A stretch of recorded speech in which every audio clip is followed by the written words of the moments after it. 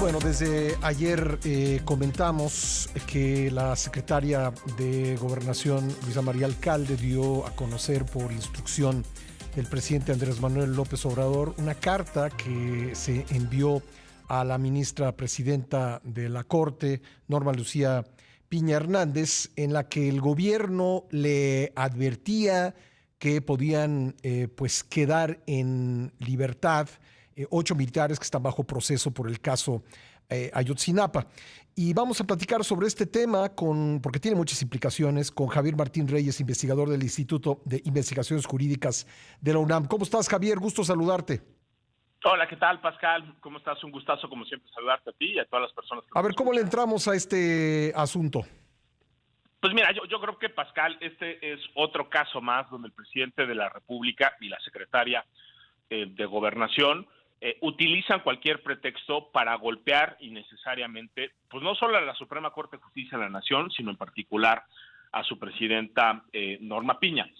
¿Y por qué lo digo, Pascal? Pues porque mira, todo este caso, ¿no?, seguido en contra de 4 personas que forman parte del ejército y que están siendo acusadas de un delito muy grave, que es el de desaparición forzada, pues ha sido un proceso penal en el cual la Suprema Corte de Justicia de la Nación no tuvo ninguna intervención para decidir si estas personas tenían que seguir su proceso privadas de su libertad, es decir, en la cárcel, o si podían seguir su proceso, digamos, en libertad. Hay que enfatizar también, Pascal, que aunque estos delitos, por supuesto, son muy graves, en este momento no hay ni de cerca una condena en la cual se señale que ellos son responsables. Estas personas solo están vinculadas a proceso. Eso quiere decir que solo existe la mera probabilidad, o sea, es decir, que es posible que ellos hayan cometido el delito, y en un primer momento pues, se les impone la prisión preventiva oficiosa. Estas personas lo que hacen es presentan un juicio de amparo y un juzgado de distrito y después un tribunal colegiado de circuito, lo que determina es que la prisión preventiva no se tenía que poner en automático, sino que se tenía que valorar si había algún riesgo de fuga, un riesgo para las víctimas por el desarrollo del proceso, y al final lo que decide un juez federal de procesos penales es que no hay razón, digamos, de peso para que se vayan desde ahorita a la cárcel. Sí les puso, Pascal, una enorme cantidad de medidas cautelares, se tienen que presentar cada 15 días ante el juzgado de distrito, se les prohibió salir del país, en su caso se les quitó el pasaporte, tuvieron que presentar una garantía económica y también se les puso la restricción de que no se pueden acercar ni al lugar de los hechos, ni a las víctimas, ni a los testigos protegidos. Ahora, hay que decir en este caso, así lo reveló el Consejo de la Judicatura y me parece un elemento importante de la discusión, que la Fiscalía General de la República esto no lo impugnó. Absolutamente, y eso yo te diría es algo que llama poderosamente la atención, sí. Porque digamos, ¿quién solicitó que se fueran a prisión preventiva? Pues la Fiscalía.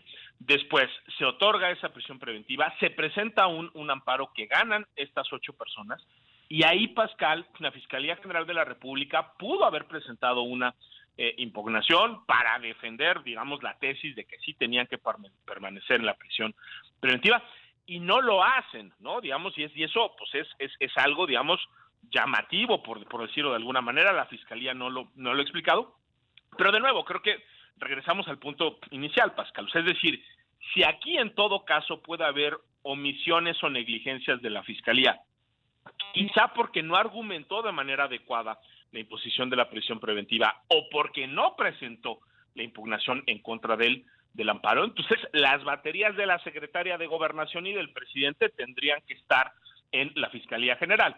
¿Por qué le mandan una carta y ahora tratan de exhibir a la ministra presidenta cuando la Corte no intervino en esta cadena impugnativa? Yo creo que nada más hay de dos, Pascal, ¿no? Uno es que sea ignorancia pura y dura, o sea, es decir, que ni siquiera la secretaria de Gobernación sepa que aquí la Corte no tiene nada que ver, o la que sería más preocupante, y yo creo que es más probable, Pascal, pues es que con esa cartita la secretaria de Gobernación lo que pensaba es que quizá la ministra Piña iba a agarrar el teléfono, ¿no?, e iba a hablarle para presionar a las personas juzgadoras que están llevando este proceso penal, lo cual por supuesto hubiera sido una intervención indebida. Eso es algo que no puede hacer y no debe hacer ni la presidenta de la Corte ni ninguno de los ministros de la Suprema Corte de Justicia de la Nación. Entonces, qué manera de exhibirse por parte de la Secretaría de Gobernación publicando esta carta con una petición de este tipo, y todavía, déjame ponerlo así, con esta cosa de ponerle que era confidencial y todavía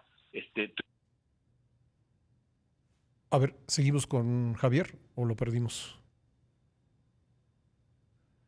Creo que lo perdimos, ahora lo recuperamos. Nos está diciendo que esta carta se difundió, decías, se difundió con el sello de confidencial, pero yo ahí te quería preguntar una cosa.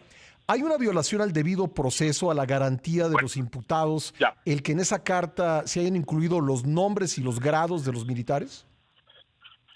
Sí, a ver, a mí me parece, digamos, de nueva cuenta que por una cuestión elemental, Pascal, digamos, de presunción de inocencia, una de las vertientes de la presunción de inocencia es que las autoridades le tienen que dar el tratamiento de inocentes a las personas hasta que haya una condena, ¿no? Entonces, pues sí, definitivamente yo te diría que primero lo pongan por escrito, ¿no? En un oficio que ya quieren llamar confidencial, pero que luego el presidente de la República, según la secretaria de Gobernación, le dé la instrucción para publicar la carta con los nombres y los rangos, es algo que a mí también me parece que no abona nada, digamos, al desarrollo del proceso penal. Yo creo que, Pascal, todos quisiéramos que estas investigaciones fueran lo más pulcras que se pueda, que si en efecto hubo responsabilidades, eventualmente haya sentencias condenatorias, pero sí creo que esta estrategia del gobierno, déjame ponerlo así, de tratar de litigar en los medios